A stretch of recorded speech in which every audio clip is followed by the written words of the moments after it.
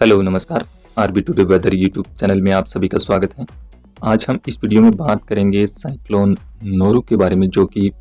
भारत के किन राज्यों को जो है ये सिस्टम प्रभावित करेगा और किस डायरेक्शन में जो है ये सिस्टम आगे बढ़ेगा। अभी जो है ये सिस्टम हालांकि कल जो है इन्होंने वियतनाम के इलाकों में जो है वो लैंडफॉल किया और ये अब जो सिस्टम है धीरे धीरे कमज़ोर हो चुका है और थाईलैंड के भागों पे जो है वो कम दबाव के रूप में बना हुआ है। और वियतनाम में जो है साइक्लोन नारू यानी कि जो टाइफोन है उन्होंने काफ़ी भीषण तबाही मचाई है और उसका अवशेष जब बंगाल की खाड़ी में पहुंचेगा तो एक बार फिर से इस सिस्टम को जो है वो मॉइस्चर मिलना शुरू होगा और ये सिस्टम जो है वो बंगाल की खाड़ी में जो है वो 60 से 72 घंटे तक एक लंबा सफ़र तय करेगा, जिसके चलते जो है वो इस सिस्टम को काफ़ी अच्छा खासा मॉइस्चर जो है वो अरब सागर से भी और बंगाल की खाड़ी से मिलेगा, जिसके चलते जो है वो इस सिस्टम में एक बार फिर से जो है वो इंटेंसिफाई होगा और ये सिस्टम संभावित है कि डीप डिप्रेशन तक या फिर कुछ समय के लिए जो है ये साइक्लोन की स्थिति में भी आ सकता है।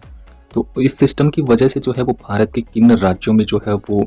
मूसलाधार बारिश की गतिविधियां देखने को मिलेगी और किस डायरेक्शन में जो है ये आगे बढ़ेगा। आप देख पा रहे हैं कि जो डायरेक्शन है वो इस सिस्टम का कुछ इस प्रकार से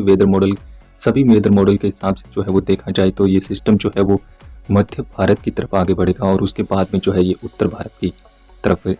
रुख करेगा, जिसके चलते जो है वो काफ़ी राज्यों में जो है यानी कि आधा से ज़्यादा हिंदुस्तान में जो है वो बारिश की गतिविधियाँ ये सिस्टम देने वाला है। तो अगर हम इस सिस्टम की डे बाय डे स्थिति की बात करें तो ये कहाँ पर जो है वो किस स्थिति में रहने वाला है और किन इलाकों जो है लैंडफॉल करेगा। तो अभी जो है आप देख पा रहे हैं कि आज की स्थिति की बात करें तो ये सिस्टम जो है वो थाईलैंड के इलाकों के पास में कम दबाव के रूप में जो है वो बना हुआ है, यानी कि 30 सितंबर को जो है ये सिस्टम की स्थिति यहाँ पे नज़र आ रही है और इसके बाद जो है वो 1 अक्टूबर को जो है ये बंगाल की खाड़ी के जो तटवर्ती रीजन के पास में पहुँचेगा, यानी कि म्यांमार के जो तटवर्ती इलाके हैं यहाँ पे ये सिस्टम कल देखा जाएगा और उसके बाद में जो है ये सिस्टम बंगाल की खाड़ी में प्रवेश करेगा तो इसको लगातार मॉइस्चर मिलेगा। उसके बाद जो है ये सिस्टम धीरे धीरे इंटेंसिफाई होगा और 2 अक्टूबर को जो है ये सिस्टम वॉलमार्क की कैटेगरी में रहेगा और यहाँ पे जो है ये सिस्टम धीरे धीरे जो है इसको मॉइस्चर की जो हवाएं हैं वो अरब सागर से भी मिलना शुरू हो जाएगी, जिसके चलते जो है वो 3 अक्टूबर के आसपास जो है ये सिस्टम डिप्रेशन की कैटेगरी में आएगा और जिसके चलते जो है जब 3 अक्टूबर के आसपास जो है वो झारखंड, बिहार और वेस्ट बंगाल के साथ साथ उड़ीसा के कई क्षेत्रों में जो है वो भारी वर्षा इन इलाकों में देखने को मिलेगी। 4 अक्टूबर को जो है वो ये सिस्टम डीप डिप्रेशन की स्टेज तक जा सकता है, लेकिन संभावित है ये 4 अक्टूबर की शाम तक जो है ये कुछ समय के लिए जो है वो साइक्लोन की स्थिति में भी आ सकता है, लेकिन डीप डिप्रेशन की श्रेणी में ये सिस्टम जरूर जाएगा। तो और इसका जो लैंडफॉल है वो 4 अक्टूबर की देर रात तक जो है वो संभावित नज़र आ रहा है और इलाका जो है यानी कि जो उड़ीसा के जो तटवर्ती रीजन है यानी कि जो पुरी से लेकर के केंद्रपाड़ा के जो बीच के इलाके हैं यहाँ पे और जो उत्तरी कोस्टल आंध्र प्रदेश का जो इलाका है विजयनगरम, श्रीकाकुलम के आसपास से जो है ये सिस्टम भारत में प्रवेश करेगा। इसकी स्थिति जो है वो डिप्रेशन या फिर कुछ साइक्लोन की स्थिति के आसपास जो है ये सिस्टम भारत में एंटर करेगा, लेकिन साइक्लोन की स्थितियां जो है वो अभी साफ नहीं हो पा रही हैं। ये सिस्टम जो है वो डीप डिप्रेशन तक संभावित नज़र आ रहा है।